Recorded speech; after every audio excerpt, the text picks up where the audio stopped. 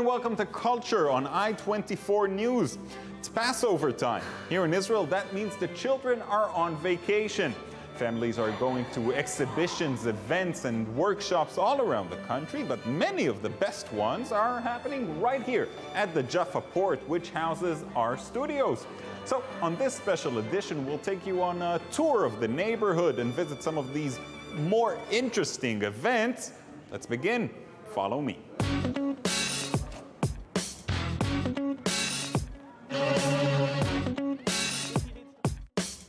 Holon Institute of Technology is celebrating 40 years of its design faculties. Students from 3 departments, visual communication, industrial, and interior design, are presenting their works at the exhibition behind me. We got a few of them to show us around.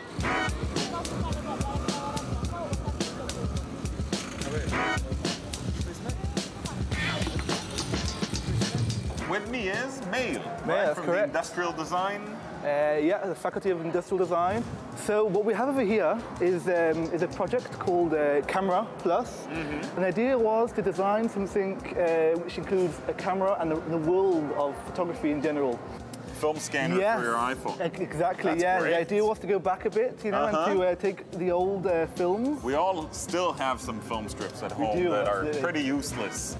Over here is a lovely project by Niv Matlin, where what he did was these little packages where you can actually roast your own coffee. It's like a popcorn bag for your microwave? Yes. Over here, his chair, it's about the intertwining of different materials, you know, and how it can be used, and how they meet each other.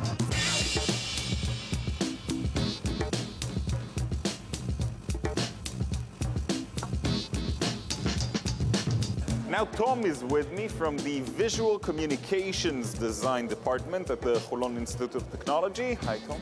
Hi. This work, Shani took parts of the Hebrew letters and created an ABC with them to teach the other students in Portugal about the Hebrew letters. Typography is a great part of what we do. And in this example, students of the very famous typographer Oded Ezel took very famous fonts, logos, and created the Hebrew version of them. These students took stories of people in Tel Aviv. They just asked them to tell them their stories. They wrote them down, so you can take the stories from here and search what they made of the story here in these pictures.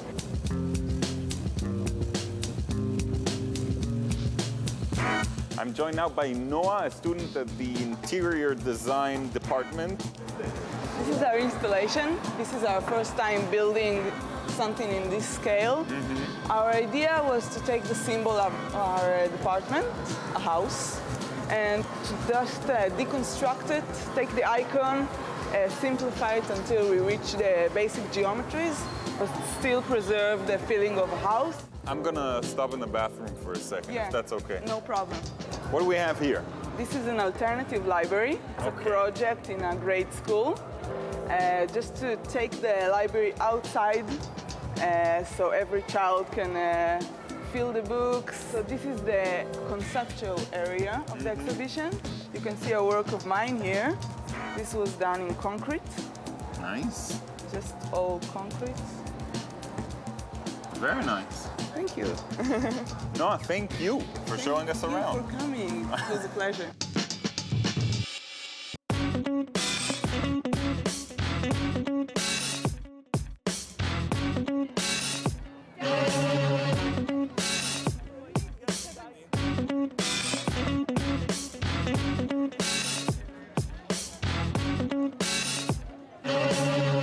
Now, at the other end of the port, there's the Monster exhibition, where different artists present their own monstrous creations. I was a bit too scared to go visit it on my own, so we sent the brave David Gombin. Monsters? They're all over. Big ones, small ones, scary ones, horrifying ones. This year, Jaffa's monsters are inspired by the legend of Andromeda. Remember Greek mythology? As she is stripped and chained naked to a rock, this Ethiopian princess is offered as a sacrifice to the sea monster, but is saved from death by Perseus at the very last moment. This myth has inspired many artists and filmmakers, for instance in Clash of the Titans. It also inspired Sarah Hatuka, the curator of an exhibition devoted to monsters. We simply thought that it would be outstanding. There is something so bleak in this place. Here in front of the Jaffa Port, the story of Andromeda and the sea monster suddenly brought about the idea of the monster. Paintings, illustrations, and sculptures, 15 artists exhibit here their hideous creatures, not to mention animated films designed by students of Gobelins, L'École de l'Image in Paris, students of Minchar, a school in Tel Aviv. As for monsters, children are crazy about them. For instance, these two brothers, Max and Ness, although monsters don't always succeed in frightening them. Yes, I'm scared. Once I saw the real Spider-Man and I wasn't scared a bit. He likes funny things and I like scary ones. Actually, what is indeed monstrous is the thought that children are actually afraid of monsters. In fact, adults fear that children will be scared, but children very much enjoy the company of monsters. There's something very human in each and every monster. The most frightening monsters are those directly drawn from little kids' imaginations during the children workshops. Here in Jaffa Port, monsters sometimes come to life, scary or not. These monstrous creatures bring much joy and pleasure to the children, not to mention their parents.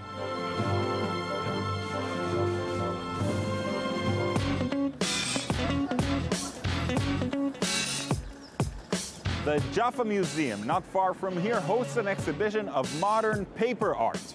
Artist Paul Jackson curated the exhibition that includes works that use paper in imaginative and surprising ways. Sandy Fortis went to visit it. Having fun with paper may seem easy, but knowing how to fold paper is an art. And here in Jaffa, you can find the works of 30 artists, 10 Israeli and 20 from around the world, who have been brought together to show the public what can be made with a paper sheet. We didn't really know what to expect. It wasn't planned on our itinerary. We kind of just showed up. And my kids immediately loved all of the sculptures and the pieces made out of paper. It's amazing to see. I've never seen this much in one collection before. The advantage of origami is that it speaks to everyone. And professor and artist Paul Jackson, one of the world's leading figures in origami, can explain to us why. But with paper art, anybody can look at it, anybody can enjoy it of any age, any culture. There's no barrier. There's nothing to understand other than just enjoy.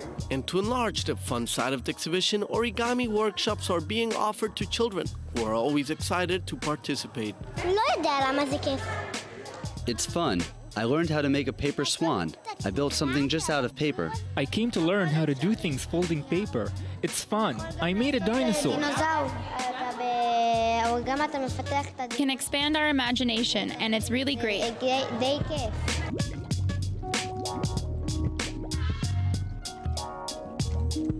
To create something with their own hands, an exciting experience for the young ones. We know that children really enjoy to work with paper. It's magic for them. You know, these days the kids do this or they do, you know, they use their thumbs a lot. But to make something by hand, yourself, with a direct contact with the material, no mouse, no pencil, no pen, no tool to hold, but your body makes something. It's a very unique experience for kids these days. From a single piece of paper, endless possibilities exist. It is this magic of simplicity that captivates the children, while also stimulating their creativity and patience.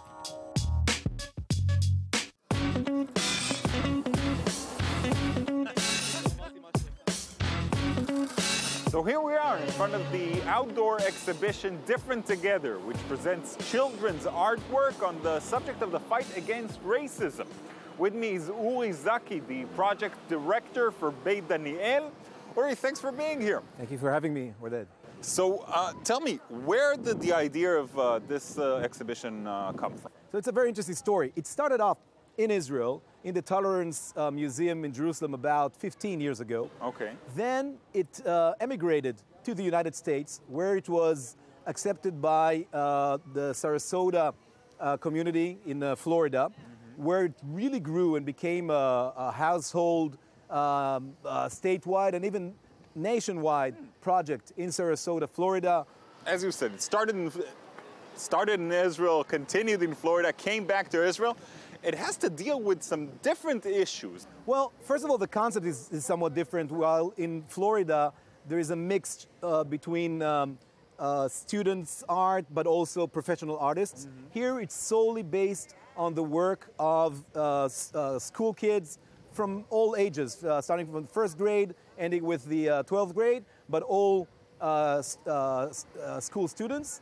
The kids were only asked to do work on accepting the other. And the other apparently is very diverse as well. You have kids from the Bialik Rogozin school, which brings kids of labor immigrants and asylum seekers and so on and so forth, just drew portraits of themselves. And you see the diversity in the portraits because some are black, some are Asian, from all over the world.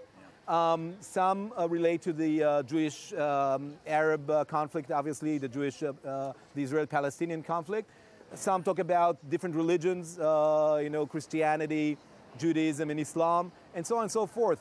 Our country is so diverse, and you have so many others, and it's well exhibited here at this exhibition. And your choice to put it here at the Jaffa Port, that also connects to it. For sure. I think there's even here around us, you see the diversity of Israel. You see, ultra-Orthodox Jews with Christian monks walking together with tourists, and of course, Israelis from all over the country. And Jaffa is predominantly Arab.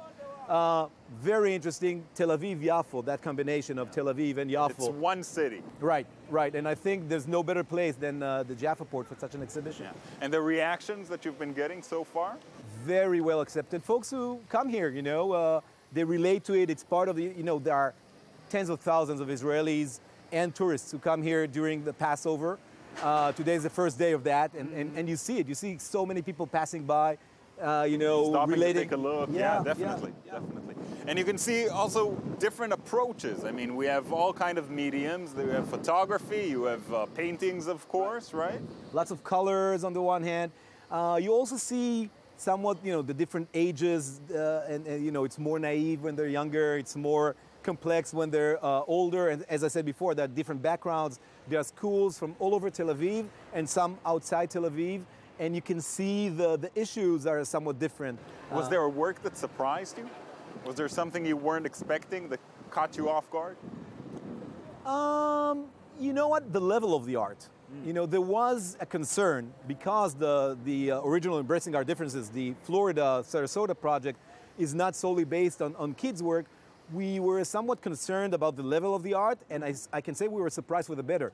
So what do you think can happen with this project in the future? Where's it going? So we hope, due to the success this year, we hope that much like in Sarasota, where Embracing Our Differences became much more than that, just an exhibition, but also an educational program, that a similar thing will happen here in Jaffa, in Tel Aviv, Yafo.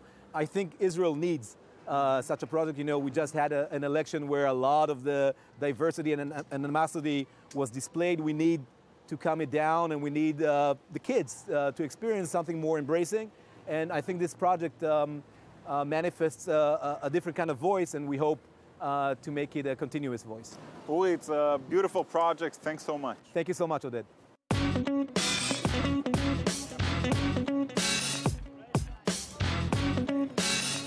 Before we end today, let's broaden the canvas a little bit and take a look at events happening all around Israel with Daniel Campos.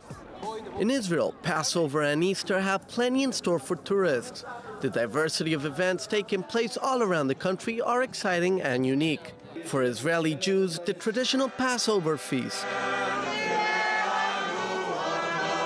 For Christians, bathing in the Jordan River and walking in the famous procession down the Via Dolorosa in Jerusalem are an important highlight of the holiday. But let's put religion aside for a moment. Let's talk about other exciting activities taking place. For Israelis, camping and hiking through nature are a common family activity. Tel Aviv's port hosts the Game of Thrones exhibition on loan from London, where fans can get closer to the immensely popular show. It has already sold out weeks before the holiday. The International Yiddish Music Festival at Tezuzan Delal presents international Norwegian artist Bente Kahan. DJ Derek, known as Detroit's ambassador of the rich hard edge techno, will perform in Tel Aviv on the 10th. The band Yemen Blues will electrify the Zappa Club Tel Aviv on April the 11th, blending traditional Yemenite folklore music with jazz, funk, and soul. And a major swing party will take place in Dizengoff 98 from April the 6th to the 7th. So get your shoes and dance.